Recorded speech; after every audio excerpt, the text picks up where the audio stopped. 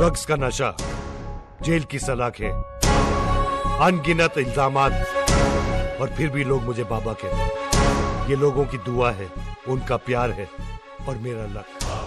जी हाँ, इतना सब होने के बाद भी लोगों के दिलों का प्यार जीतने वाले एक ऐसे इंसान की ये कहानी है जो किसी फिल्म से कम नहीं है। नमस्कार दोस्तों, मैं हूं विशाल और आज मैं लेकर आया हूं संजू बाबा से मशहूर बॉलीवुड एक्टर संजय दत्त की जीवन कहानी। अपने समय के सफल अभिनेता सुनील दत्त साहब और उनकी पत्नी नरगिस अपने पहले बच्चे के जन्म को लेकर बहुत खुश थे। बच्चे के नामकरण के लिए फैंस का सुझाया हुआ नाम सुनील और नरगिस को बहुत पसंद आया और उन्होंने ठान लिया कि अगर बेटा हुआ तो हम उसका नाम संजय ही रखेंगे। 29 जुलाई 1959 के दिन संजय बलराज दत्त का जन्म हुआ। संजय के पिता सुनील दत्त अक्सर संजय की शरारतों के चलते परेशान रहते थे। एक दिन सुनील दत्त साहब ने संजू को सिगरेट पीते हुए पकड़ा जब संजू सिर्फ 9 साल के थे। इसके लिए संजू ने बताया कि अपने पापा और उनके दोस्तों को सिगरेट पीते देखकर उनको सिगरेट पीने की प्रेरणा मिली। सुनील दत्त को सलाह देते हुए इंदिरा गांधी ने संजू के लिए बोर्डिंग स्कूल भेजने की बात कही और संजय की पूरी स्कूलिंग हिमाचल प्रदेश के बोर्डिंग स्कूल में कराई गई। स्कूल से आने के बाद माता पिता की इच्छा के लिए कॉलेज ज्वाइन किया, लेकिन 2 दिन बाद जाना छोड़ दिया। संजय दत्त को एक्टर बनने का शौक था, जिसके लिए सुनील दत्त साहब ने उनको एक्टिंग का कोर्स भी करवाया। संजय दत्त की पहली मूवी रॉकी थी, जिसके लिए वो बहुत खुश थे और संजू चाहते थे कि पूरा परिवार उस मूवी का प्रीमियर देखे। उस दौरान संजू की माताजी नरगिस कैंसर की बीमारी के चलते न्यूयॉर्क में ट्रीटमेंट ले रही थी। नरगिस जी भी चाहती थी कि वो अपने बेटे की पहली मूवी देखे, लेकिन दुर्भाग्य से प्रीमियर से ठीक 5 दिन पहले उनका देहांत हो गया। संजय दत्त अपनी माताजी के बहुत क्लोज थे और उनके जाने के बाद बिल्कुल टूट गए थे।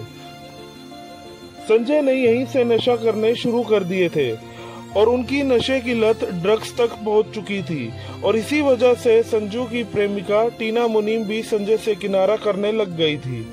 ड्रग्स लेने की लत इस कदर हो गई थी कि एक दिन जब संजय दत्त अपने बेड से उठे तो उनको देखकर उनका नौकर रो पड़ा।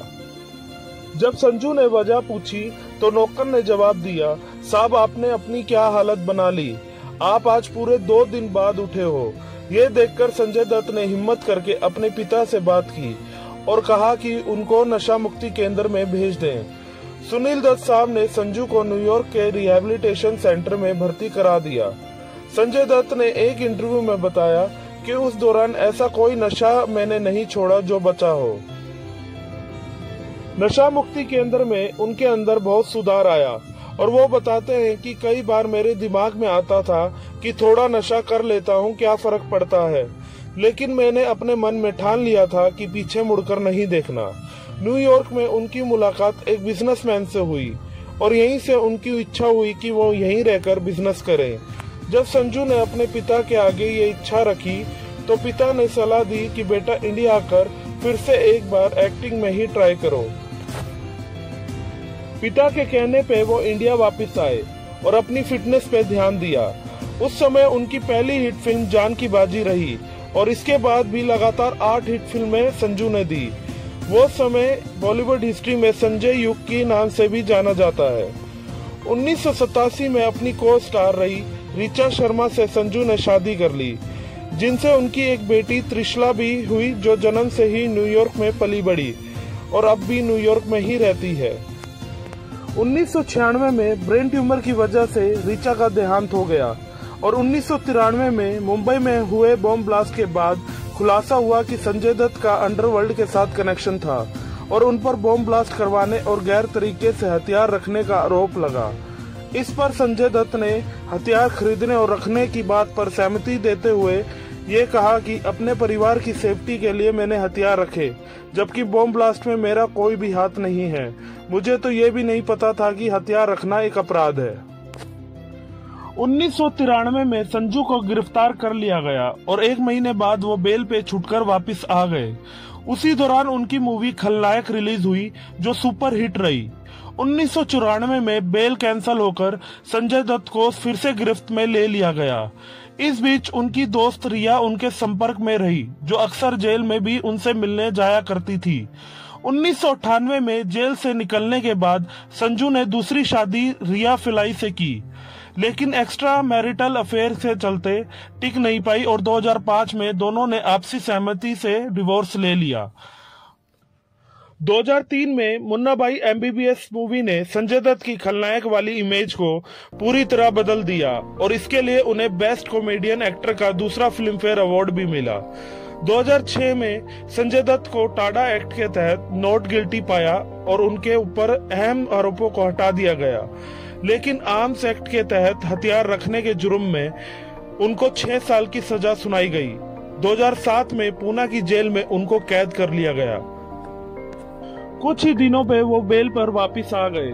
जेल से बाहर आने के बाद उन्होंने कुछ रियलिटी शोज और फिल्में भी की और जब सब सही चल रहा था तब संजय दत्त ने तीसरी शादी मान्यता से की। 2013 में सुप्रीम कोर्ट ने संजय दत्त को 5 साल की सजा सुना दी। संजय दत्त ने जेल में रहकर कागज के बैग बनाने का काम किया और उससे उनको 30 रुपए मिलते थे, जिनसे वो अपने कैंटीन का खर्चा चलाते थे। जेल के अधिकारियों ने संजय दत्त को एक और खास काम दिया कि वो रेडियो के जरिए बाकी सभी कैदियों को अपने जीवन के अनुभव बताएं ताकि उनको भी प्रेरणा मिले। संजय दत्त के अच्छे बर्ताव के कारण उनको समय से पहले ही रिहा कर दिया गया और पूरे 23 साल बाद संजय दत्त को सभी आरोपों से मुक्त कर दिया गया।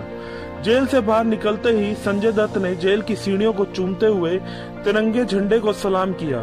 संजय दत्त ने भावुक होकर अपने इंटरव्यू में बताया कि जेल ने मुझे बहुत कुछ सिखाया और सबसे बड़ी चीज आजादी की कीमत सिखाई।